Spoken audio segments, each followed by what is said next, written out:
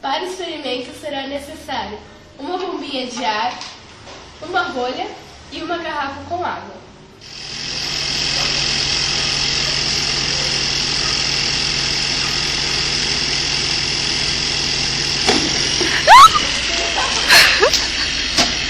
Neste experimento foi possível visualizar diversos conceitos físicos. Pressão atmosférica, o que é isso? Ao bombearmos o ar para dentro da garrafa, a pressão interna torna-se maior que a pressão atmosférica, ou seja, o ar, que atua sobre a mesma. Assim a garrafa não aguenta e pum! Explode. Era a lei de Newton. Este é o princípio de ejeção de material para fora do corpo. É um método de aceleração de foguetes. O ar comprimido empurra a água, fazendo assim a garrafa subir. Incompressibilidade da água.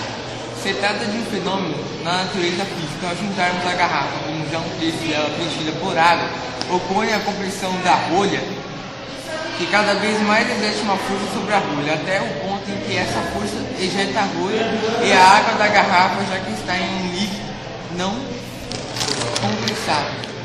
Elasticidade do ar. O experimento foi realizado também com a garrafa sem água. Notamos que o tempo para criar uma pressão a ponto da bolha se desprender foi bem maior do que quando tínhamos água no sistema. Isso porque o ar é elástico e possui uma densidade em fibras.